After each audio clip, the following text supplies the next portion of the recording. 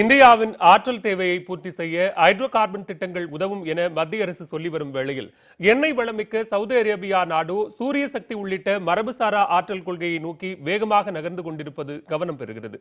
இதுகுறித்த ஒரு செய்தி தொகுப்பை இப்போது பார்க்கலாம்.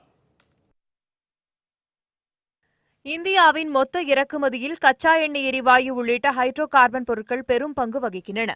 தற்போதைய நிலவரப்படி 75% உள்நாட்டு கச்சா எண்ணெய் தேவையும் 34% உள்நாட்டு எரிவாயு தேவையும் இறக்குமதி மூலம் இந்தியா பூர்த்தி செய்கிறது. நாட்டின் பொருளாதாரத்தை வலுப்படுத்தவும் ஆற்றல் தேவையை நிவர்த்தி செய்யவும் வெளிநாடுகளிலிருந்து இறக்குமதி செய்வதை குறைத்து உள்நாட்டு ஹைட்ரோ கார்பன் உற்பத்தியை அதிகரிப்பது அவசியம் என கருதப்படுகிறது. தற்போது நாடு முழுவதும் மத்திய அரசால் துரிதமாக அனுமதி அளிக்கப்பட்டு வரும் ஹைட்ரோ கார்பன் திட்டங்களால் வரும் 2022ஆம் ஆண்டிற்குள் ஹைட்ரோ கார்பன் இறக்குமதியை 10% வரை குறைக்கலாம் என மத்திய அரசு நம்பிக்கை தெரிவித்துள்ளது. ஆனால் உலக எண்ணெய் உற்பத்தியில் முதலிடத்தில் இருக்கும் சவுதி அரேபியா தனது ஆற்றல் தேவையை பூர்த்தி செய்த ஹைட்ரோ கார்பன் திட்டங்களிலிருந்து விலகி சூரிய சக்தி உள்ளிட்ட மரபுசாரா ஆற்றல் கொள்கைகளில் பெருமளவு முதலீடு செய்ய தொடங்கியுள்ளது.